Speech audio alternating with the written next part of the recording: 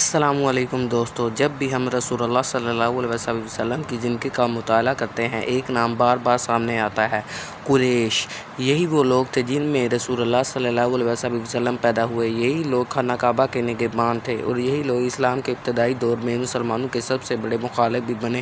لیکن آخر قریش تھے کون؟ ان کی طاقت کہاں سے آئی؟ عرب کے تمام قبائل ان کا احترام کیوں کرتے تھے؟ اور رسول اللہ صلی اللہ علیہ وسلم کا ان سے کیا تعلق تھا؟ آج کی ویڈیو میں ہم قریش کی مکمل تاریخ جانیں گے۔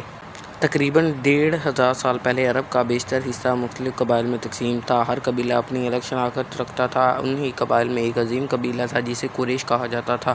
قریش دراصل حضرت اسماعیل علیہ السلام کی نسل سے تعلق رکھتے تھے۔ وقت گزرنے کے ساتھ ان کی آبادی بڑھتی گئی اور وہ مکہ کے مکرمہ میں آباد ہو گئے۔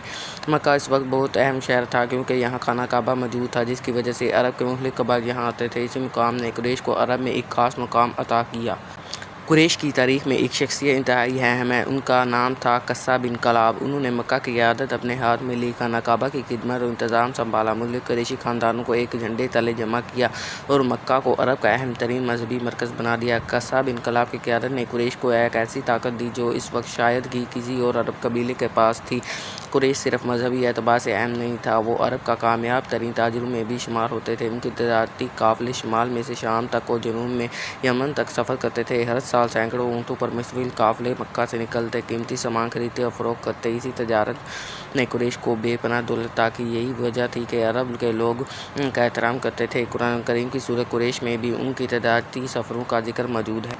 رسول اللہ صلی اللہ علیہ وسلم بھی قریش ہی کے ایک معزز خاندان بنو ہاشم میں پیدا ہوئے۔ آپ صلی اللہ علیہ وسلم کے والد حضرت عبداللہ اور دادا حضرت عبد المطلب قریش کے معزز افراد میں شمار ہوتے تھے۔ نبوت سے پہلے مکہ آپ صلی اللہ علیہ وسلم کو الصادق اور الامین کے نام سے جانتا تھا۔ قریش آپ صلی اللہ علیہ وسلم کی دیانتداری اور سچائی کی مثالیں دیا کرتے تھے، لیکن پھر ایک ایسا وقت آیا جس نے تاریخ بدل دی۔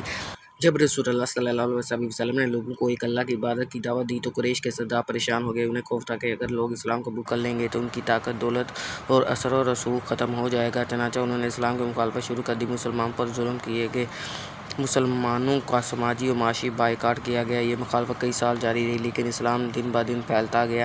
آخرکار وہ تاریخی دن آیا جب رسول اللہ صلی اللہ علیہ وسلم 10,000 صحابہ کے ساتھ مکہ میں داخل ہوئے۔ قریش شکست کھا چکے تھے۔ وہ سوچ رہے تھے کہ شاید آج ان سے بدلہ لیا جائے گا، لیکن رسول اللہ صلی اللہ علیہ وسلم نے فرمایا: آج تم پر کوئی گرفت نہیں، جاؤ تم سب آزاد ہو۔ یہ وہ لمحہ تھا جس نے ہزاروں دلوں کو بدل دیا۔ بہت سے قریشی سردار اسلام قبول کر گئے اور بعد میں اسلام کی خدمت میں عظیم کردار ادا کیا۔ تو دوستو، قریش صرف ایک قبیلہ نہیں تھا، وہ عرب کے سب سے طاقتور قوم تھے۔ ان میں رسول اللہ صلی اللہ علیہ وسلم پیدا ہوئے، ان میں اسلام کی مخالفت بھی ہوئی اور ان میں اسلام کی عظیم فتوحات بھی جنم لیں۔ قریش کی تاریخ دراصل اسلام کے ابتدائی تاریخ کا ایک اہم حصہ ہے۔ اگر آپ کو یہ ویڈیو پسند آئی ہو تو ویڈیو کو لائک اور چینل کو سبسکرائب کریں۔